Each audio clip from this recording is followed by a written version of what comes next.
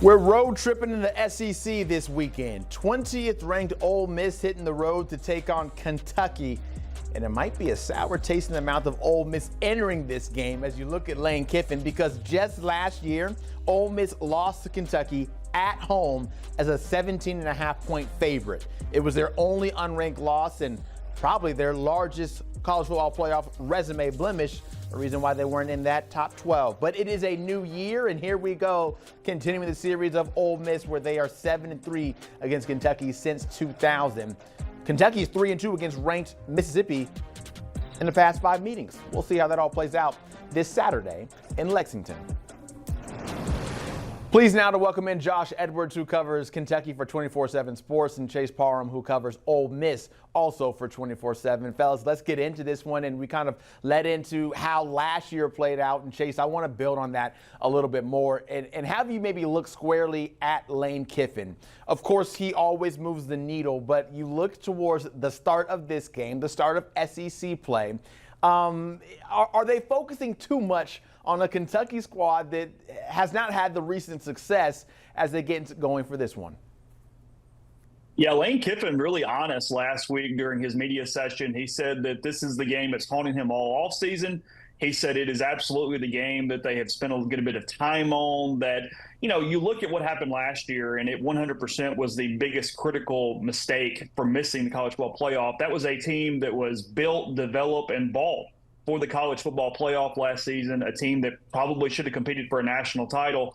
They won their all 10 games by double digits. They lost 3 by single digits, the only single-digit games they played. And you can kind of excuse at LSU, at Florida, teams with really good quarterbacks, teams that were competing nationally at that time. The Kentucky loss, though, Kentucky went Ole Miss in 7 in the SEC. It was one of those deals where styles make fights. Kentucky's strength was the middle of their defensive line. Ole Miss had a hard time blocking them. They made critical mistakes, and it's stuck with Lane Kiffin. So there's no doubt you can argue either it's the correct amount of preparation or too much preparation. But Ole Miss, all attention on Kentucky this weekend in Lexington.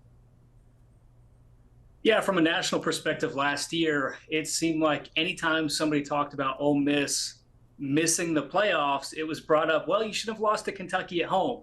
And I guarantee that Lane Kiffin has not forgotten about that since it occurred just a year ago. These teams have a very interesting rivalry. They don't play all that often, but every time that they do play, it does seem to be a one-score game. And I think that's what Mark Stoops wants to do again this week, drag Ole Miss down into this fist fight, run game, play defense, try to get out of there with a one-score win. I think that's kind of the model for Kentucky this year, but I don't think they're going to be sneaking up on Ole Miss this year after what happened last year. Yeah, preparation certainly there. Preparation for a new starter, of course, Chase, for Ole Miss. Now the Jackson Darters left for the NFL. Austin Simmons last week, the team puts up 63 points. He has 3 passing TDs, 2 interceptions. What's the feel on that Austin Simmons has with this roster, with this offense, doing what Lane Kiffin wants?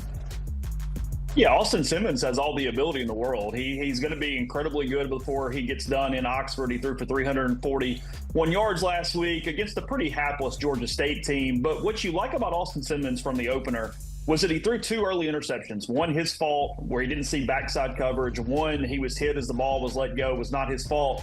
In that little bit of adversity, he kind of came back from immediately. Look, Ole Miss was running free and loose with wide receivers. Georgia State couldn't cover them. So we don't know sort of the stress points yet from an Ole Miss offense that put up nearly 700 yards last week. I think they're going to score points again. The question for Austin Simmons is, can you avoid those critical mistakes? He had a few during scrimmages during the preseason. Again, he threw 2 picks against Georgia State, recognizing the field, not letting the moment get too big. He's incredibly confident. He's one of the most confident players that I've ever covered, even this quickly and this early in his tenure as far as playing time. But he has to keep that in check. There's going to be some adversity. There's going to be some moments. And for him, it's try not to do too much. Stay within the system, stay within himself to some extent, but then let it loose when the time comes. Because as Josh mentioned, Ole Miss is going to try to score, kind of outpace Kentucky, and not let's turn into some kind of fourth quarter rock fight where anything can happen. Josh, I remember when Kentucky kind of felt like they were a program that was an upstart in the SEC under Mark Stoops when he was a popular coaching name maybe for other jobs. That seat now certainly has to be hot, you have to feel, in Lexington. 4-8 last year, 1-7 in SEC play, some of the worst they've been in quite some time. What's the level of desperation for a win for Mark Stoops to maybe try to cool down that seat a little bit?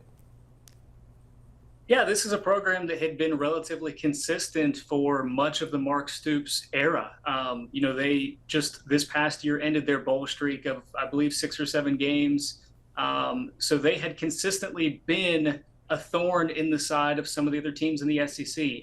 Florida, Tennessee, Georgia, some of those schools like that, they've been able to pull off an upset every now and then on the way to a bowl appearance. But the last couple of years, it has felt like their MO, their character has kind of waned a little bit. What they had built the program on has not really been there the past couple of years. So now we saw a really unorthodox season from them this past year, one that kind of put Mark Stoops on the hot seat. He almost took the Texas A&M job, or maybe did take the Texas A&M job, but that obviously fell through. So there's a little bit of hurt feelings, I think, between the fan base and Stoops at this point in time where, this is an incredibly important season for them where they really do need to get back to a bowl appearance. But it's going to be interesting because as much as we're going to talk about Stoops and his legacy at Kentucky and whether or not he's going to be on the hot seat, one factor that they are going to have to take into consideration is his buyout. He's got a pretty substantial buyout even after this upcoming season. So Kentucky, they may want to make a move, but I'm not sure that they're going to be in a position to do that. Longest tenured coach in the SEC, been there since 2013 when you talk about Coach Stoops in Kentucky. So we've broke it down a little bit, Chase. Now I want you to kind of fully break down for me how you think this game plays out and then ultimately who wins. I think Ole Miss wins and covers this one. I think the attention they put on it, they've been able to reload a good bit on defense. Ole Miss had the #1 team nationally in sacks and tackles for loss a year ago, lost a ton of talent on that defensive side of the ball. 10 of the 12 players from a most snap count standpoint from last season are gone. Several of those on the defensive line gone to the NFL, but it's the one area where they've really restocked the cupboard. If they can avoid any critical injuries, I think the defense is really good. I think they've been able to retool that. I think they're going to frustrate, a Zach Calzada that had a hard time against Toledo last week. They're going to get pressure.